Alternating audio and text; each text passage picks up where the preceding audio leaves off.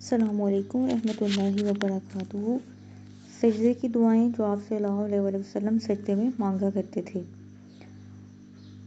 آپ صلی اللہ علیہ وسلم نے فرمایا، خبردار، میں رکوع اور سجدے میں قرآن حکیم پڑھنے سے منع کیا گیا ہوں، بس تم رکوع میں اپنے رب کی عظمت بیان کرو اور سجدے میں خوب دعا مانگا کرو، تمہاری دعا قبولیت کے لائق ہوگی۔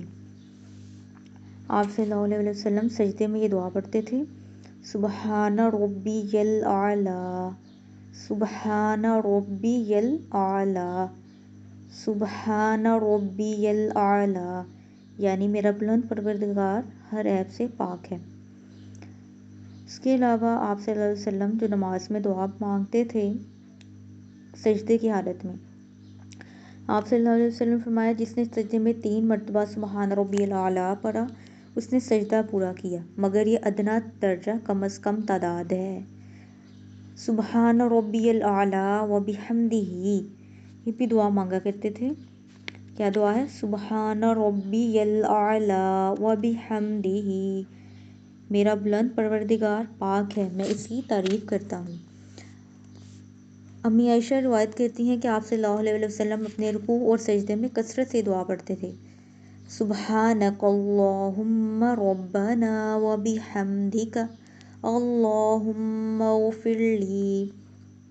یا آپ صلی اللہ علیہ وسلم دعا نماز میں رکوع کی حالت میں اور سجدے کی حالت میں کثرت سے مانگتے تھے۔ ترجمہ کیا اس کا؟ اے ہمارے پروردگار، تو ہر عیب سے پاک ہے، ہم تیری تعریف اور پاکی بیان کرتے ہیں، اللہ مجھے بخش دے۔ حضرت عائشہ رضی اللہ تعالیٰ عنہا روایت کرتی ہیں کہ آپ صلی اللہ علیہ وسلم اپنے رکوع اور سجدے میں یہ دعا بھی پڑھتے تھے، سبوح قدوس رب الملائکۃ والروح۔ کیا دعا ہے؟ سبوح قدوس رب الملائکۃ والروح، فرشتوں اور روح کا پروردگار نہایت ہی پاک ہے۔ حضرت ابو ہریرہ روایت کرتے ہیں کہ آپ صلی اللہ علیہ وسلم اپنے سجدے میں یہ دعا بھی پڑھتے تھے، اللہم اغفر لی ذنبی کلہ دقہ وجلہ واولہ وآخرہ وعلانیتہ وسرہ۔ اے اللہ میرے چھوٹے بڑے، پہلے پچھلے، ظاہر پوشیدہ تمام گناہوں کو معاف کر دے۔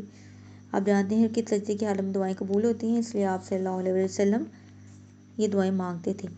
اگلی دعا کیا تھی؟ سبحانک وبحمدک لا الہ الا انت، اے اللہ تیری ہی پاکیزگی اور تعریف ہے، تیرے سوا کوئی سچا معبود نہیں۔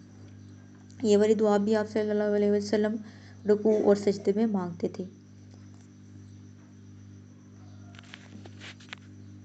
اس کے علاوہ دعائے نور جو ہے وہ بھی آپ صلی اللہ علیہ وسلم سجدے میں مانگتے تھے۔